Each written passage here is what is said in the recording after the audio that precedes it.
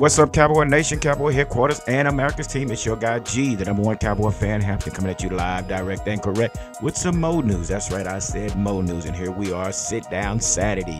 Saturday Sit Down with your guy G, the #1 Cowboy fan, Hampton. Give it up. Oh, yeah, here we are, early Saturday morning. I hope everybody's enjoying their weekend, man, and I want to just say thank you to all the subscribers that are a part of this Cowboy Huddle, where we come together in the huddle and talk Cowboy talk.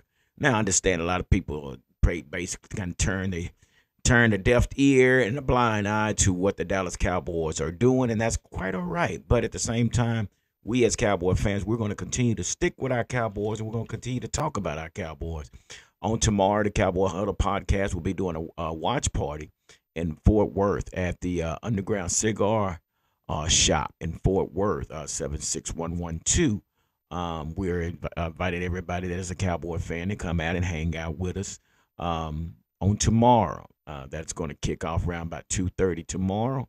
So if you can, if you're in town, come out and hang out with us.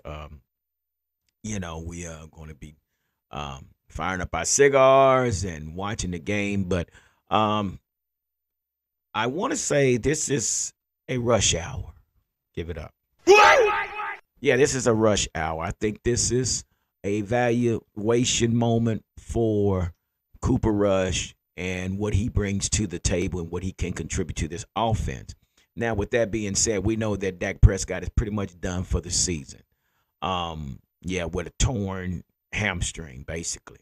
Now, I had a problem with that. I had already said, why didn't we just wait until the end of the season to sign Dak Prescott? Well, because we owe him so much money. So now I understand why we had to extend his contract, because of bad deals by our general manager. Our general manager just did some bad deals, a lot of backlogging on these contracts.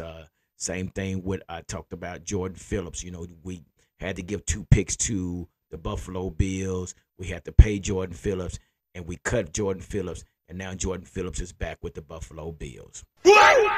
That's the kind of business we're doing, and until our general manager realized that he needs to hire a general manager to do the job in a correct and in an orderly way, we're going to continue to be where we are. But here we are, so that's neither here, there's neither there, but we at the point now we have Cooper Rush. Personally, I thought we would probably bring Trey Lance in with some RPOs or some Wildcat or things like that. Hopefully that's in the blueprint or the game plan for tomorrow. But again, we will be having Cooper Rush as our starting quarterback. Now, what does that look like? Well, there will be a battle between our offensive coordinator and Philadelphia offensive coordinator. Now, we got two offensive coordinators that basically have the same game plan, the same mindset.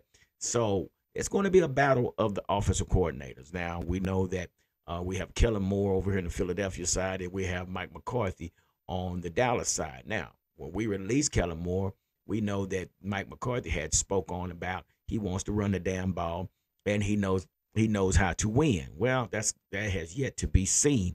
So personally, after watching Mike McCarthy runs this offense, it basically has similarities of what Kellen Moore is doing. So have no idea where we're going with this offense, but this is definitely going to be a offensive coordinator battle on tomorrow. Now, with that also being said, we also have Micah Parsons returning. Now, we are expecting a lot from Micah Parsons, but you got to remember Micah Parsons been out a while, and he said that it basically would be no limitation. The only thing about it is getting it back in football shape. So I'm sure his snap camps will be limited until he gets his reps or get back to the conditioning where he needs to be able to play the full game. So be ready to see Michael Parsons step in and step out.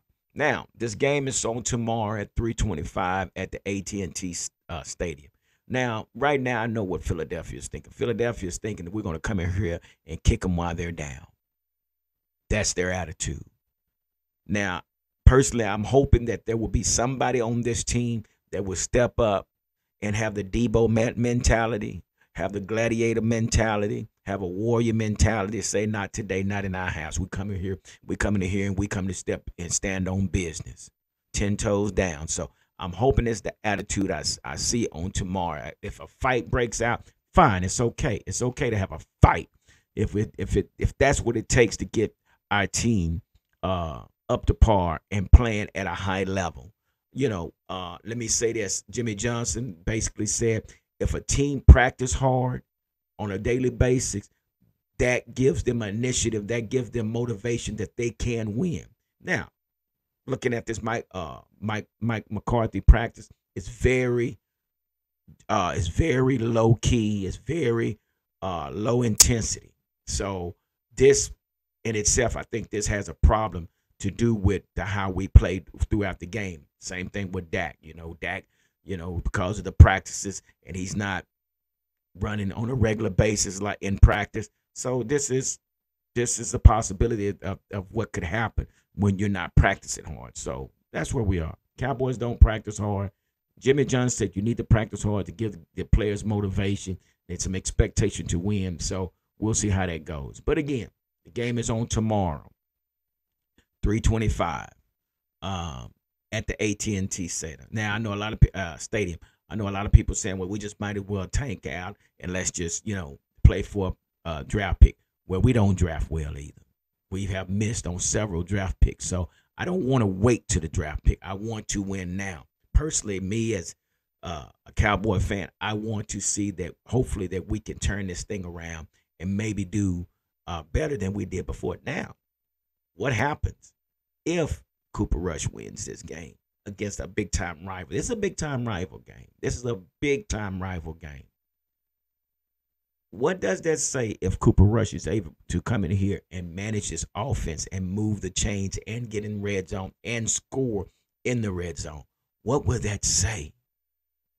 What it would say is that we have a poor general manager, a terrible general manager that does not, either he doesn't know how the salary cap works or he's lying about the salary cap. But again, that's what we got going on tomorrow. So hopefully, guys, we can pull off this win. Again, it's a big game. It's a big rival divisional game. So we'll just have to see what happens. But do me a favor, guys. Just want to stop through. I'm not going to take up a lot of your time today. I got things to do today. But do me a favor. Make sure you hit the like button below.